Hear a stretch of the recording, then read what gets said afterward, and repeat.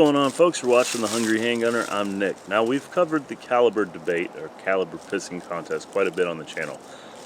45's better than 9, 10 millimeter, it trumps everything. But I kind of wanted to slow down and take a second for people that are just getting into concealed carry and self-defense. And the reality is there are an abundance of calibers that will do what you need them to do defensively.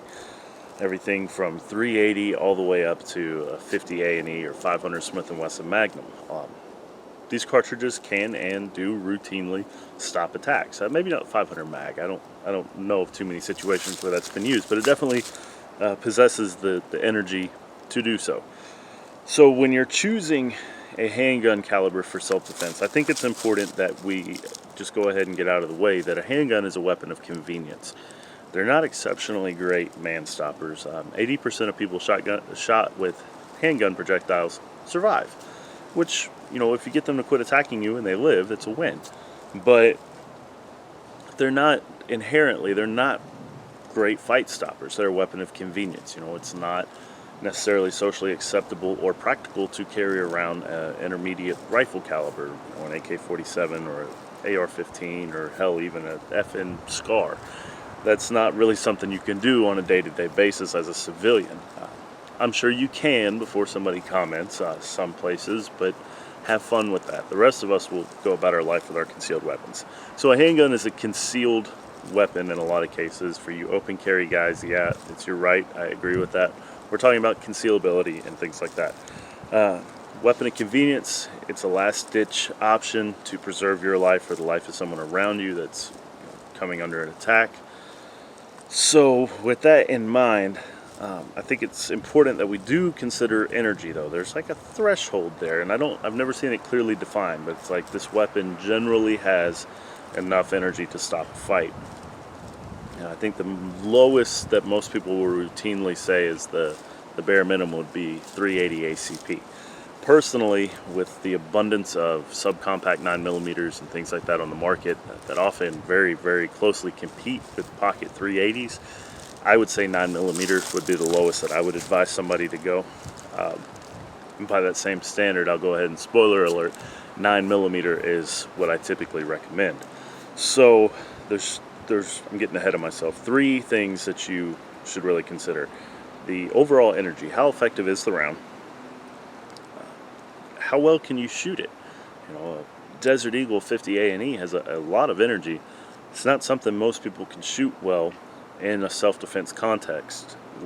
Leaving whether or not you can actually carry it comfortably and choose to carry it, leaving that out of it, it's not a gun that it lends itself well to rapid follow-up shots or even getting on target quickly. You know, there's a whole host of issues with that gun for self-defense. So how well can you shoot it? And number 3, which is one that's often overlooked, is affordability to practice with. Now, I know somebody is probably going to come in the comments saying, well, you know, affordability, why don't you just carry a 22? Well, see the first one. It needs to have a certain amount of energy. And rimfire, along with the inherent reliability issues commonly found with rimfire ammunition, just doesn't meet that energy threshold. Yes, it can kill you before somebody says something. And no, I won't let you shoot me with it. I don't really want to get sprayed with a water hose right now either. So when you have those 3 things, kind of finding the perfect cartridge that fits those for your needs is kind of where you have to look at it. 9mm, 40 Smith & Wesson, 45, those are the big 3, and all 3 of them do possess sufficient energy, and depending on your skill as a shooter and the weapon you're shooting them out of, are fairly shootable for self-defense situations. Affordability, though, is one thing I'm going to focus on. Now, I'm a regular blue-collar guy, middle class. 9mm enables me to get out and train. It enables me to buy ammunition in bulk and, you know, sometimes shoot as much as 700-800 rounds and just focus on training. It's a round that's common.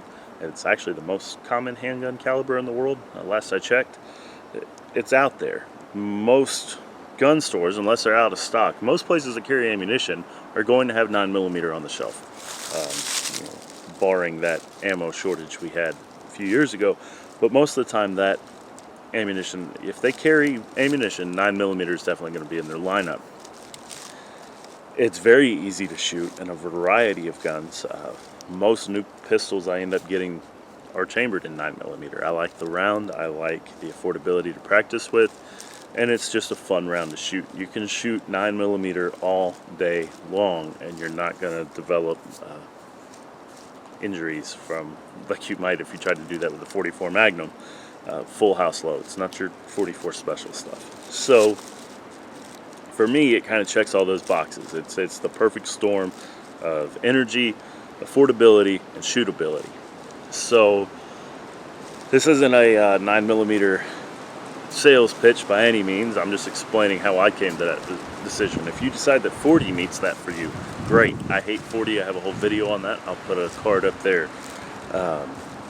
If you decide 45 meets those for you, I think your grandfather would be proud of you. No, 45 is a good round. It's kind of, 9mm is light and fast, and 45 is slow and heavy. They excel at different things, but at the end of the day, I'm not going to thumb my nose at somebody that carries a 45 for self-defense. 10mm, great round, especially if you get it loaded to its true SAAMI spec. It is a fantastic round in the energy department. I know people that do shoot it very well, and I know people that can afford to shoot it. I am not one of those people. 357 mag, I'm not even going to try to argue with that one as far as its efficiency in stopping fights. I think the 125 grain jacketed hollow point 357 Magnum is kind of the gold standard as a man-stopping round, and people shoot it well. Affordability, if you're into reloading and things like that, you can go out and practice with it. Again, I'm kind of a poor. I can't afford to do that. So 9mm. So these rounds, a lot of times they check the box as far as energy goes, and it's going to be up to you what you can shoot well, what you're willing to put in the time and money into learning to shoot well. And then as far as what you can afford to practice with. Everybody's kind of in their own financial situation. If you got money to blow and you're fine, dropping money on 357 SIG is another good one, a great round. And by all means, go do it. So for people just getting into handgun shooting and just getting into self-defense and concealed carry, look at ammo prices. When you're considering what you want to go with, the more research you do, the better. You're not going to come out any worse for getting a variety of data points and things like that for your own education. But I would urge people to pick something with commonly accepted round for self-defense, so 380 and up. If you want to take my advice, go 9mm at the lowest. And then look at ammo prices. The guys over at Lucky Gunner are great. That's where I get a variety of my the majority variety. I do get a variety, much to my wife's irritation. I get a variety, but I also get the majority of my ammunition from the guys over at Lucky Gunner.